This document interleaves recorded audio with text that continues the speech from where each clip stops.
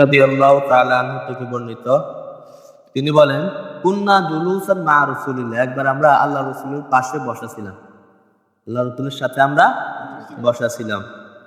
তখন আল্লাহ রাসূল বললেন, ইয়াতলুউল আনা আলাইকুম রাজুলুম মিন আহলিল জান্নাহ, এখন তোমাদের মাঝে একজন জান্নাতি লোক আসবে। এই কথা বলছে, এখন এই মসজিদে মনে করে একজন জান্নাতি লোক আসবে, আল্লাহ রাসূল বলছেন। সাথে সাথে সাহাবায়ে কেরাম, এই লোককে, যে জান্নাতি লোক আসবে, এই কথা বলার সাথে সাথে সবাই চোখ বড় বড় করে তাকিয়ে আছে, দেখি এখন কে আসে।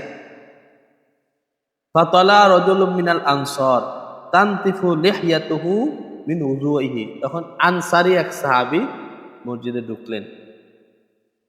আনসারী এক সাহাবী আসলেন মসজিদে।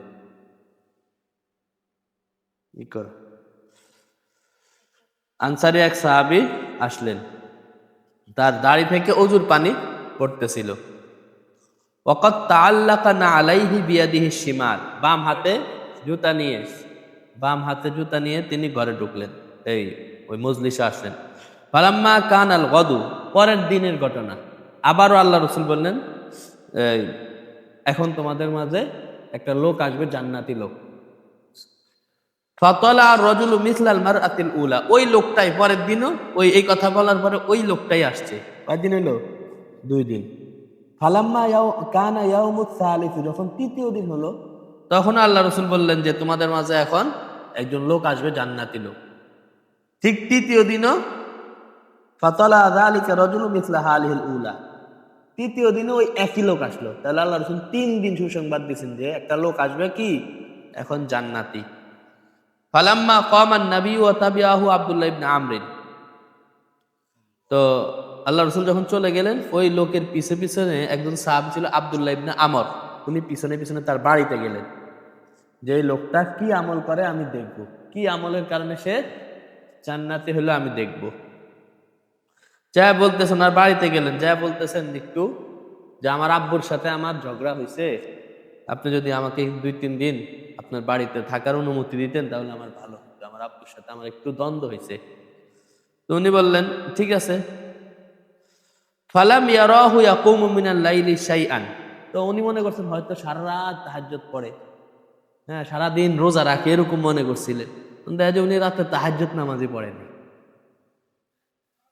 গায়রা আন্নাহু ইযা তাআদ্দা ওয়া তাকাল্লাবা আলা ফিরাশিহি যাকারাল্লাহু আযজা ওয়া জাল্লা, তবে উনি যখন পার্শ্ব পরিবর্তন করতেন তখন আল্লাহর জিকির করতেন, এই পাশ থেকে ওই পাশ গেলে সুবহানাল্লাহ, আলহামদুলিল্লাহ, এই জিকিরগুলা করতেন। ওয়া কাব্বারা আল্লাহু আকবার, ঘুমের মধ্যে যখন হাত্তা ইয়াকুম আলি সালাতিল ফাজর, এভাবে সারা রাত ঘুমায়া কাটায় দিলেন, উঠে ফজরের নামাজ পড়লেন।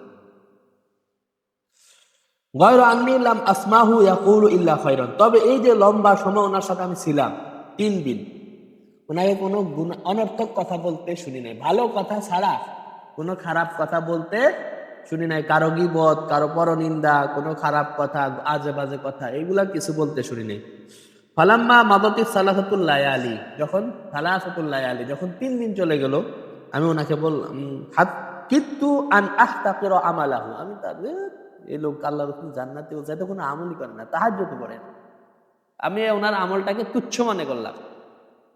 এরপরে বললাম, আসলে ভাই আপনার সাথে আমার আব্বার সাথে আমার কোনো দ্বন্দ্ব হয় নাই, কিছুই হয় না, আমি একটা আপনার আমল দেখার জন্য, আমি আল্লাহ রাসূল বলছেন যে একটা জান্নাতি লোক আসবে, তখন আপনি আসছেন, এরকম পরপর 3 দিন হয়েছে, আপনি কি আমল করেন এটা দেখার জন্য আমি একটা কৌশল অবলম্বন করছি। আসলে আমার আব্বার সাথে আমার কি হয় নাই, কোনো ঝগড়া হয় নাই। লাকিন্নী সামিতু রাসূলুল্লাহ সাল্লাল্লাহু আলাইহি ওয়াসাল্লাম ইয়াকুলু লানা সালাসা মাররাতিন ইয়াতলু আলাইনাল আনা রাজুলুম মিন আহলিল জান্নাতি, একজন লোক জান্নাতি এখন আসবে, এটা আমি আল্লাহর রাসূল থেকে 3 দিন শুনছি। ফাতালাতা আনতা সালাসাল মাররাত, 3 দিনে আপনি গেছেন এই কথা বলার পরে,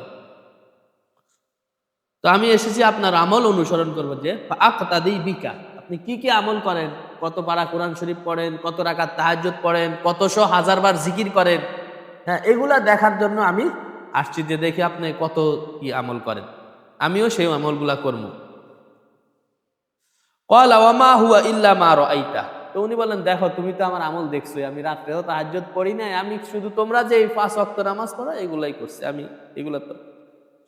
ফালাম্মা ওয়াল্লাইতু দাআনি, যখন আমি চলে যাচ্ছি তখন উনি আমাকে পিছন থেকে ডাকছেন, শোনো বাচ্চা, বাবা শোনো। قال ما هو إلا ما رأيت غير أني لا أجد في نفسي لأحد من المسلمين غشا। তবে আমি কোনো মুসলমানের ব্যাপারে আমার অন্তরে কোনো বিদ্বেষ রাখি না। আমার অন্তরে কোনো মুসলমানের ব্যাপারে ষড়যন্ত্র করা, কোনো মুসলমানের পিছনে লেগে থাকা, এই ধরনের কিছু আমার ভিতরে নাই। ওয়ালা আহসিদু আহাদান আলা খায়রিন আতাহুল্লাহু ইয়াহু, এবং আল্লাহ কাউকে কোনো ভালো জিনিস দিলে এটার জন্য আমার কোনো হিংসাও হয় না।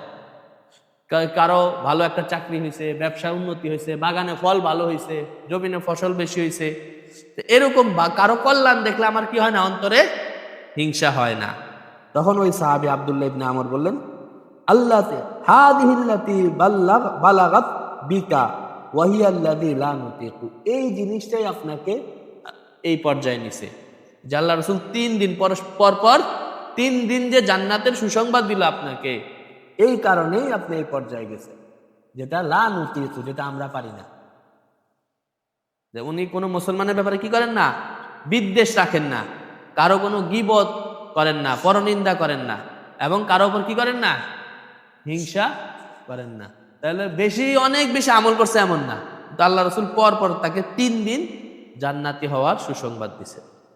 এজন্য আমরা কি করব না, হিংসা করব না, কাউকে হিংসা করব না, কারো প্রতি রাগ, ক্রোধ, পরনিন্দা এগুলা করব না। এগুলা জান্নাতি হওয়ার জন্য এই সমস্ত আমল খুবই গুরুত্বপূর্ণ। আল্লাহ তাআলা আমাদেরকে এই হাদিস অনুযায়ী আমল করার তৌফিক দান করুন।